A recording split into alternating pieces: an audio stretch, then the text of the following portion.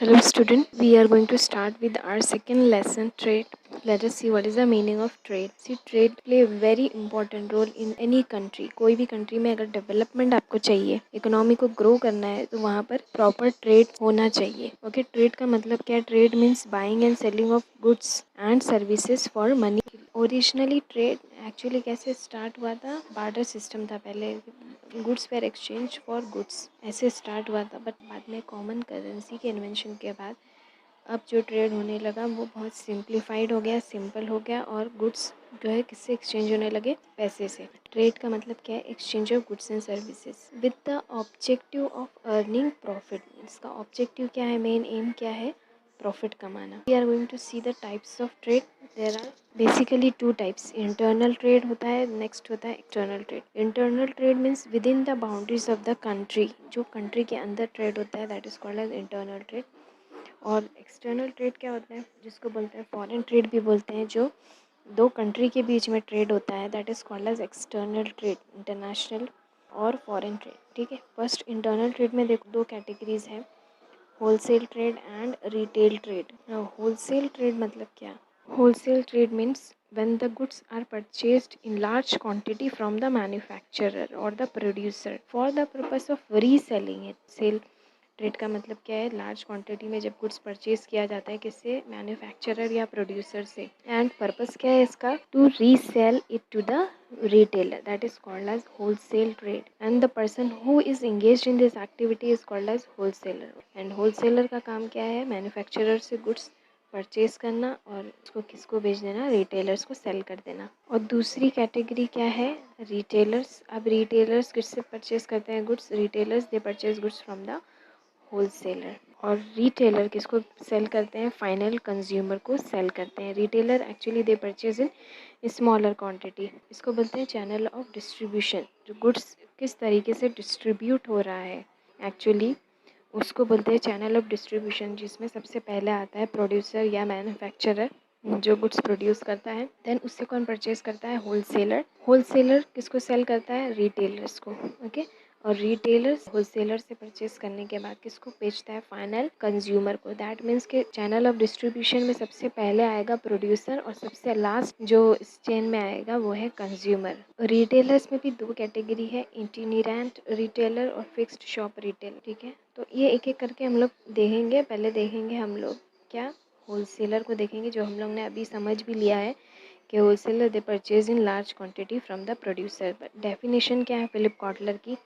Wholesaling includes all the activities involved in selling the goods and services to those who buy for resale or for business use. Wholesale trade जो है एक activity है. Wholesaling activity includes what? It means selling the goods to the people who are going to resell it or maybe they are going to use these goods for the business purpose. तो किसको cell किया जाता है? ऐसे लोगों को cell किया जाता है जो रीसेल करने वाले हैं. होलसेलर तो रीसेल करता है ना.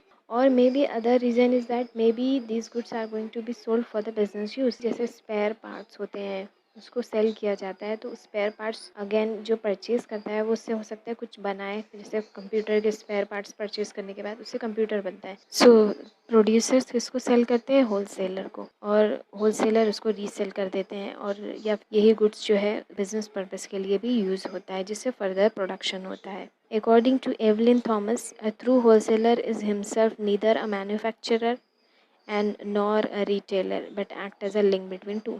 करेक्ट ना? होलसेलर कौन है? ना ही वो मैन्युफैक्चरर है ना ही वो रिटेलर है, बट वो क्या है? लिंक है इन दोनों के बीच में. फीचर्स देखेंगे. Wholesaler they purchase goods in large quantity. Correct. And wholesaler has to take risk in the process of distribution. Wholesaler तो रिस्क लेते हैं because they are purchasing in large quantity from the producer. तो अगर अचानक market में price down हो गया तो होलसेलर का बहुत नुकसान भी होगा. तो एक्चुअली होलसेलर का नुकसान ज़्यादा होगा. अगर रिटेलर की बात करें तो रिटेलर तो ऑलरेडी कम क्वांटिटी में ही परचेस करते हैं तो उनका इतना लॉस नहीं होगा. लेकिन होलसेलर जो है लार्ज क्वांटिटी में परचेस करते हैं, इसीलिए वो उनके बिजनेस में रिस्क ज़्यादा है. नेक्स्ट क्या है? Wholesaler deals with one or few goods only. Mostly आपने देखा भी होगा कि होलसेलर जो है because they purchase in large quantity they deal only in few items, not like retailer. Retailer की एक नॉर्मल शॉप पे आपने देखा होगा there are large variety of goods. For example, general store, you have seen large variety of goods, आपको हर चीज़ मिल जाएगी। लेकिन wholesalers जो है दे purchase in large quantity and they deal in few variety only.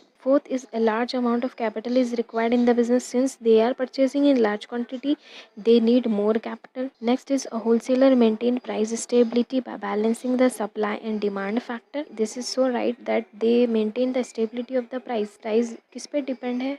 Price mainly depend है forces of demand and supply. जितनी demand है उतना ही अगर सप्लाई है तो गुड्स का प्राइस मेंटेन रहेगा। बट अगर डिमांड ज़्यादा हो रही है और सप्लाई कम होते जा रहा है, फॉर एग्जांपल कभी कभी ओनियन की शॉर्टेज हो जाती है, गार्लिक की शॉर्टेज हो जाती है, तो उस केस में डिमांड ज़्यादा रहती है और सप्लाई कम रहती है, तब क्या होता है, प्राइस बढ़ जाता है। लेकिन होलसेलर जो है वो प्राइस स्टेबिलिटी को मेंटेन करते हैं, बिकॉज उनकी वजह से क्या हो रहा है, मार्केट में चीज़ों का रेगुलर सप्लाई हो रहा है। Then a manufacturer can get direct information about the market through the wholesaler. Wholesaler को मार्केट का ज़्यादा आइडिया रहता है, क्योंकि मैन्युफैक्चरर तो मार्केट में आता नहीं है। मैन्युफैक्चरर प्रोड्यूस करके वो होलसेलर को सेल कर देता है, लेकिन होलसेलर जो है रिटेलर्स के टच में आता है। और रिटेलर्स किसके टच में है, कंज्यूमर के टच में। तो मार्केट का आइडिया होलसेलर्स को बहुत ज़्यादा हो जाता है, क्योंकि रिटेलर भी वही चीज़ की डिमांड करेंगे जिसकी डिमांड कंज्यूमर करेंगे। ये इन्फॉर्मेशन जो है होलसेलर को पता रहती है, और होलसेलर मार्केट की इन्फॉर्मेशन किसको पास करता है, प्रोड्यूसर्स को। Then a wholesaler sell the goods to the retailer as per their requirement. Next is a wholesaler perform the marketing functions also some time. Marketing functions भी होलसेलर परफॉर्म करते हैं, like assembling करना। Then warehousing की facility भी देते हैं wholesaler, because they purchase large quantity, they have warehouse या गोडाउन भी होता है उनके पास, तो रिटेलर्स को ज़्यादा स्टॉक करने की ज़रूरत नहीं है, होलसेलर अपने गोडाउन में रखा रहता है। ये जनरल केस के बारे में बता रही हूँ, ऐसा ज़रूरी नहीं है कि हर होलसेलर के पास गोडाउन हो और हर होलसेलर जो असेंबलिंग का प्रोसेस करता हो। इन जनरल ऐसे बहुत से होलसेलर है जो असेंबलिंग का प्रोसेस भी करते हैं। फॉर एग्जांपल जैसे मैंने कंप्यूटर का बताया था, spare parts, they assemble it and make a computer maybe, or they may sell it in the market. Then warehousing की facility, then transportation की facility, प्रोड्यूसर्स से लेके आना गुड्स और रिटेलर्स को पहुंचाना। ओके, ये काम भी होलसेलर करते हैं। फॉर एग्जांपल आपने देखा होगा बहुत सी दुकान में कोई चीज़ परचेस करने जाते हैं तो वहाँ अचानक कोई एक होलसेलर बहुत सारा कोई एक पर्टिकुलर चिप्स के पैकेट ला के देता है ना, गाड़ी पे, या कोई भी XYZ आइटम, बहुत से जो स्नैक्स के आइटम है वो बहुत लार्ज क्वांटिटी में कोई छोटे से टेम्पू में ला के देता है, आपने कभी देखा होगा। तो ट्रांसपोर्टेशन फैसिलिटी भी प्रोवाइड करता है। Then grading and packing facility, grading करना ये स्पेशली फूड ग्रेन्स में होता है। ये राइस में बहुत सी वैरायटी होती है ना, तो एक कोई राइस जो है ए ग्रेड का होता है, बहुत अच्छी क्वालिटी का होता है, बी कोई उससे कम क्वालिटी, कोई उससे कम। तो ये ग्रेडिंग की जो प्रोसेस है वो भी कभी कभी होलसेलर वो करते हैं काम। पैकिंग करना भी, फॉर एग्जांपल कोई मैन्युफैक्चरर है वो सिर्फ मैन्युफैक्चर करता है, पैकिंग नहीं करता है, ना ही वो अपना लेबल लगाता है। पैकिंग नहीं करेगा तो लेबल कैसे लगाएगा, तो होलसेलर ये काम भी करते हैं कभी कभी कि पैक करते हैं, लेबल वगैरह लगाते हैं उस पर, एडवर्टाइज्ड करते हैं, एडवर्टीज़मेंट का भी काम होलसेलर करते हैं। एक्चुअली ये भी आपने देखा होगा कि बहुत से जो है होलसेलर आके दुकान पे प्रमोट करते हैं नए प्रोडक्ट जब लॉन्च होता है, जिसकी एडवर्टाइजिंग आपने टीवी में नहीं देखा होगा, लेकिन वो प्रोडक्ट के बारे में वो रिटेलर्स को बताते हैं। फिर रिटेलर्स जो है डिस्प्ले में वो लगाते हैं आगे, वो प्रोडक्ट एकदम दुकान पे आगे लगा हुआ रहता है और फिर कस्टमर की नज़र जाती है। तो जो एडवर्टाइजिंग का काम है ये भी करते हैं wholesaler.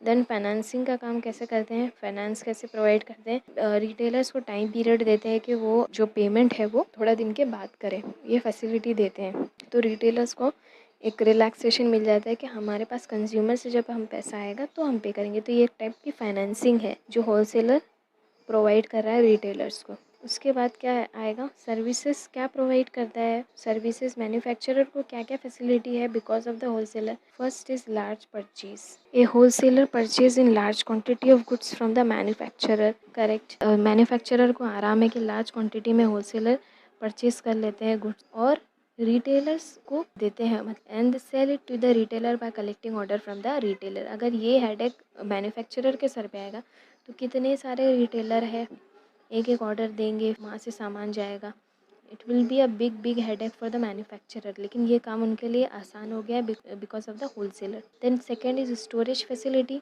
A wholesaler has his own storage facility which he uses to fill up the gap between the production and consumption of the goods. तक प्रोड्यूस होता है और जब रिटेलर्स तक जाता है उसके जो बीच में टाइम पीरियड है उसमें जो एक हेडेक है स्टोर करने का गुड्स को, वो कौन लेता है? होलसेलर। देन ट्रांसपोर्टेशन फैसिलिटी, अभी मैंने बताया था कि होलसेलर जो है ट्रांसपोर्टेशन फैसिलिटी भी देता है। कहाँ से कहाँ तक का? मैन्युफैक्चरिंग यूनिट से ला के देता है गुड्स, किसको? रिटेलर्स को, उसकी दुकान तक ला के देता है। Then financial assistant, wholesaler is ready to pay amount in advance to the manufacturer. Manufacturer को वो रेडी होता है कि वो एडवांस दे दे, ताकि मैन्युफैक्चरर का भी प्रोडक्शन जो है चालू रहता है। ओके, तो मैन्युफैक्चरर को ये इजी रहता है कि पैसा उनको मिल जाता है, फाइनेंशियल असिस्टेंट मिल जाता है। देन प्रोवाइड इन्फॉर्मेशन, अभी मैंने बताया कि मार्केट की जो इन्फॉर्मेशन है, अपडेटेड इन्फॉर्मेशन, लोगों की डिमांड क्या है, लोगों की चॉइसेस क्या है, उसके बारे में wholesaler, because he is in touch with the market, तो ये इन्फॉर्मेशन वो मैन्युफैक्चरर को पास करता है। Next is risk bearing. Risk bearing एक तो फाइनेंस करता है मैन्युफैक्चरर को कि एडवांस पे करता है ना। उस दूसरी बात है कि लार्ज क्वांटिटी में परचेस करता है। तो अगर फॉर एग्जांपल कोई ऐसी चीज़ है जिसका डिमांड अचानक कम हो गया, लार्ज क्वांटिटी में होलसेलर ने परचेस कर लिया और डिमांड कम हो गया, तो उससे हैवी लॉस हो सकता है होलसेलर को, लेकिन ये रिस्क कौन लेता है? होलसेलर लेता है। दो रिस्क है, एक तो एडवांस फाइनेंस पे करता है मैन्युफैक्चरर को, वो भी एक रिस्क की काम है, और दूसरा है कि जो लार्ज क्वांटिटी में परचेस करता है, जो अगेन एक रिस्क की काम है। Then seventh is marketing function. Wholesaler जो है मार्केटिंग के बहुत से फंक्शंस करता है, for example warehousing, advertising, sales promotion on behalf of manufacturer. Next, services to the retailers. Retailers को क्या क्या सर्विसेज है? Retailers they don't have to stock goods in large quantity because this headache is given to the wholesaler who purchase the goods from the manufacturer and store it in large quantity. These retailer don't have to store the goods in large quantity. The second is regular supply. Retailers को regular supply मिलता रहता है goods का, and they are also free from storing the goods. store करने की ज़रूरत नहीं है, regular supply जो है retailers को मिलता रहता है because of the wholesaler. Then risk bearing, यहाँ पर अगेन मार्केट फ्लक्चुएशन की वजह से होलसेलर को बहुत ज़्यादा रिस्क है, लेकिन रिटेलर्स को नहीं है, बिकॉज रिटेलर्स तो इतनी लार्ज क्वांटिटी में परचेज ही नहीं करते हैं कि इतना रिस्क हो। Next is financial support. मैंने अभी बताया था कि क्रेडिट फैसिलिटी देते हैं रिटेलर्स को, तो रिटेलर्स के पास जब पैसा आता है, कंज्यूमर जब पे करते हैं, तो तब वो होलसेलर को पे करता है। ठीक है, तो ये जो एक फाइनेंस करता है wholesaler. And market information, retailer provide variety of information about the market condition of different product. This information is regarding new product because wholesaler सारे retailers के टच में होता है, तो मार्केट में एक्चुअली क्या चल रहा है वो होलसेलर को ज़्यादा अच्छे से पता रहता है, क्योंकि रिटेलर की शॉप तो एक ही एरिया में रहेगी, एक ही जगह रहेगी, लेकिन होलसेलर तो हर दुकान पे जाके प्रोवाइड कर रहा है सामान, वो तो उसको एक मार्केट की अपडेटेड इन्फॉर्मेशन ज़्यादा रहेगी। दूसरा, न्यू प्रोडक्ट लॉन्च हुआ तो उसके बारे में उसको पता रहेगा, वो बताएगा रिटेलर्स को। Variants, different variety of product है, कोई स्कीम न्यू आ रही है, जैसे डिस्काउंट आ रहा है या कोई भी ऐसी स्कीम्स के बारे में किसको पता रहता है? होलसेलर को पता रहता है, क्योंकि वो ये डिस्काउंट वगैरह की इन्फॉर्मेशन मैन्युफैक्चरर बताता है, तो वो इन्फॉर्मेशन वो रिटेलर को पास करता है। And sometime wholesaler guide the retailer about when to buy and how to buy. कब गुड्स को परचेज करना है, उसको पता रहता है कि अभी डिमांड ये गुड्स की ज़्यादा होने वाली है, को मार्केट का ज़्यादा आइडिया रहता है, तो वो बता सकता है रिटेलर को कि you purchase this goods in large quantity now only because demand is going to increase in future. So this kind of guidance is given to the retailer by the wholesaler. Next is sales promotion. A wholesaler does the advertisement and also the promotion of goods with the help of retailer to increase the sales. wholesaler है एक advertising भी करता है, promote करता है goods को। कभी कभी जो है मैन्युफैक्चरर नहीं एडवर्टाइज करता है, मैन्युफैक्चरर का लेबल भी नहीं होता है प्रोडक्ट, मैन्युफैक्चरर की कोई पैकिंग भी नहीं होती है, ये सारा काम कौन करता है? होलसेलर। होलसेलर ही पैक करेगा, होलसेलर ही लेबल लगाता है और होलसेलर ही एडवर्टाइज भी करता है प्रोडक्ट को। तो इससे किसको बेनिफिट है? रिटेलर्स को भी बेनिफिट है कि उनके शॉप से भी गुड्स सेल हो जाएगा। So these are the services given by the wholesaler to the manufacturer as well as to the retailer.